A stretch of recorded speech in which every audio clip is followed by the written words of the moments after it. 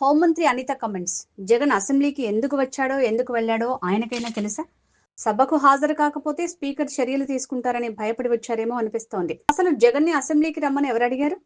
ఎమ్మెల్యేలుగా గవర్నర్ మీద కనీసం మర్యాద లేకుండా ఈ రోజు వైసీపీ సభ్యులు వ్యవహరించారు. గవర్నర్ మాట్లాడుతుంటే పేపర్లు విసరడం ఎంతవరకు సమంజసం? గవర్నర్ ని అవమానించడానికే వైసీపీ సభ్యులు అసెంబ్లీకి వచ్చారు. గవర్నర్ ను వైసీపీ సభ్యులు అవమానించారు. గవర్నర్ మీద ఏమాత్రం గౌరవం ఉందో ఈ రోజు వైసీపీ సభ్యుల తీరుతో అర్థమవుతోంది. ఇంకేమైనా అర్థమైందా ఎందుకు వచ్చాడు ఎందుకు వెళ్ళిపోయాడు అన్న సంగతి?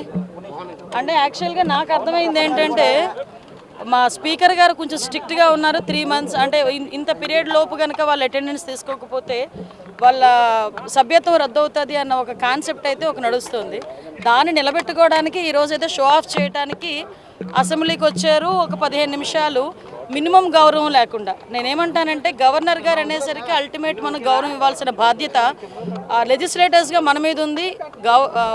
ఎంటైర్ రాష్ట్ర ప్రభుత్వ ప్రజలు కూడా గవర్నర్ గారికి ఆ టైప్ ఆఫ్ గౌరవం ఇస్తారు.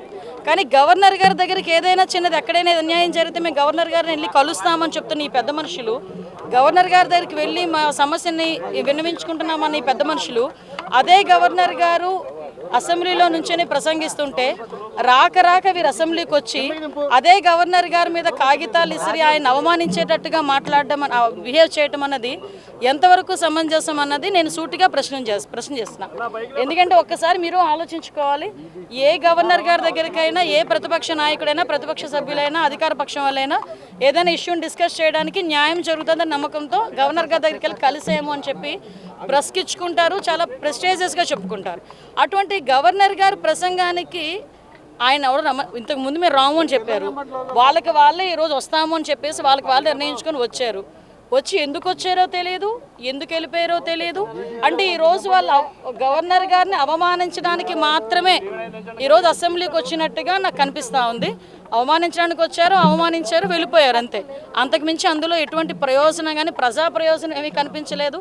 ఆయన స్వప్రయోజనం కూడా ఏమీ నాకైతే కనిపించలేదు. ఓకే.